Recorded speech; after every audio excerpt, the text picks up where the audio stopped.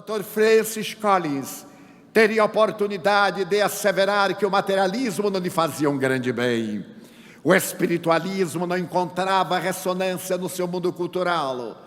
Mas certo dia, diante de uma paciente terminal, quando a resignação lhe estava estampada na face, as dores quase insuportáveis não a afligiam, porque era uma mulher portadora de fé religiosa. Eis que lhe pergunta en passant: doutor, o senhor crê em Deus? E ele teve um choque, porque havia tirado Deus das suas excogitações intelectuais. Mas por um sentimento de solidariedade e de respeito, a veneranda senhora não lhe falou do seu cepticismo. Pelo contrário, ele silenciou e agora começou a interrogar-se, talvez, na idade adulta, com a sua maturidade psicológica, com os conhecimentos mais profundos, será que Deus resistiria ao encontro pessoal para um diálogo? E optou por procurar pastores, ministros, sacerdotes de diferentes religiões, procurando saber da realidade de Deus, interrogando-os a respeito de Deus e do milagre da vida, dentro do ponto de vista transcendental, já que ele acreditava ser a matéria portadora de uma fatalidade que termina nessa fatalidade biológica, através da multiplicação celular, da espontaneidade do organismo, passando pelas diferentes etapas de mutações, transformações, da hereditariedade dos fatores mesológicos, para apresentar-se na condição humana que um dia desapareceria da terra. E aqueles sacerdotes, porque vinculados a doutrinas ultramontanas, a dogmas, não tinham coragem de enfrentar a razão lógica do inquiridor, de dialogar em termos de ciência e de investigação. E logo se decepcionara o eminente investigador quando teve a oportunidade de ser convidado para dirigir o projeto Genoma Humano. E foi nessa oportunidade que um pastor modesto da igreja da rua em que ele morava disse-lhe: nós não temos uma cultura para poder apresentar-lhe Deus. Nada obstante, eu sugiro ao nobre cientista e paroquiano que procure ler uma obra de um teólogo inglês do século XIX, o Dr. Lewis, que se chama Cristianismo Puro e Simples, e talvez a sabedoria do insigne teólogo do século XIX possa sensibilizar-lhe a emoção e iluminar-lhe a consciência. O Dr. Francis Collins narra no seu livro A Linguagem de Deus, que começou a procurar a obra então rara, no último quartel do século XX, até que a encontra e procura lê-la com emoção, para poder interpretar esse mistério que é a vida, e esse mistério mais transcendental, que é a causa cáusica da vida. E à medida em que ele vai embrenhando-se nas letras e nas propostas do Dr. Lewis, ele descobre que o eminente teólogo não se refere a um Deus antropomórfico, a um Deus com características humanas, a esse Deus tradicional que marchava à frente do exército de um povo privilegiado para esmagar filisteus ou outros gentios.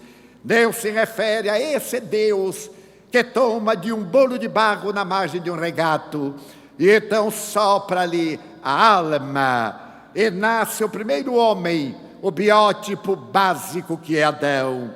E depois de fazê-lo adormecer, tira-lhe uma costela e modela a mulher para que ele seja sempre subserviente, para que não tenha a sua identidade, porque ela era parte do homem.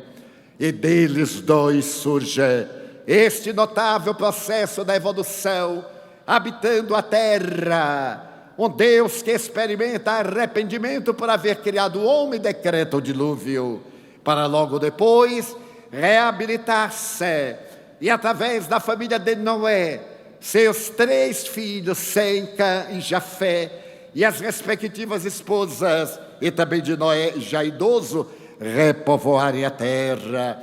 Quando a genética demonstra que todo o clã descendente de uma mesma raiz genética degenera, qual ocorre com os samaritanos, que por viverem fechados no seu clã, perderam a identidade genética e degeneraram, praticamente não mais existindo. Essa espécie humana que ficou adstrita às tradições do repúdio de praticamente todo Israel. Ele vai observar que o Dr. Lewis assevera que existe no universo uma ordem, e mesmo no caos estamos diante de uma ordem caótica, dentro da nossa maneira de ver, mas dentro de um caos ordeiro no seu mecanismo interior. Porque existe no universo, asseverava o Dr. Lewis, a presença de uma ordem moral. Para ele, essa ordem moral pode ser chamada Deus ou natureza, causa cáusica, ou eidos de Sócrates e Platão, ou talvez as naturezas de Spinoza, ou como se queira denominar, e ele adota esse conceito da lei moral como sendo a melhor definição de Deus. É uma lástima que ele não tenha tido a oportunidade de ler o Livro dos Espíritos de Allan Kardec, publicado a 18 de abril de 1857, quando preclaro o codificador, na questão de número 1, formula a pergunta mais perturbadora da história da teologia, da teleologia, da filosofia: qu'est-ce que Dieu, que é Deus, já que todos aqueles que procuravam interrogar a origem das origens faziam a pergunta de maneira equivocada ou comprometida. Sempre perguntavam: quem é Deus? E a partícula quem, pelo menos na língua portuguesa, significa o homem que, dando a Deus um atributo de um ser antropomórfico, tendo, portanto, as mesmas paixões ou sentimentos humanos. Como dizia Voltaire, eu não creio no Deus que os homens fizeram à sua imagem e semelhança, mas eu creio no Deus que fez o homem à imagem do seu inefável amor e da sua semelhança prodigiosa.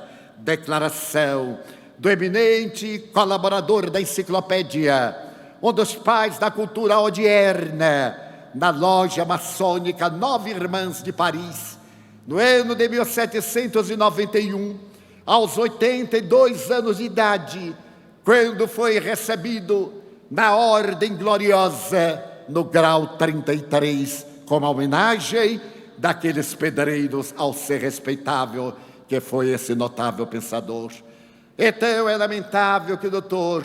Francis Collins, de ter examinado a resposta que os Espíritos deram à interrogação do ínclito codificador, é a inteligência suprema, a causa primeira de todas as coisas. Porque definir o indefinível, definir o absoluto, é torná-lo relativo.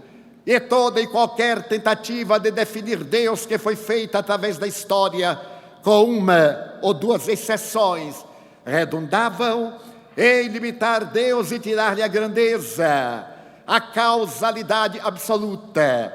As duas exceções estão na palavra de Jesus, a primeira, através da poemática do seu amor, quando diz: Deus é meu Pai. A colocação da paternidade divina para poder explicar a causalidade da vida. Ou em João, o evangelista, quando assevera que Deus é amor.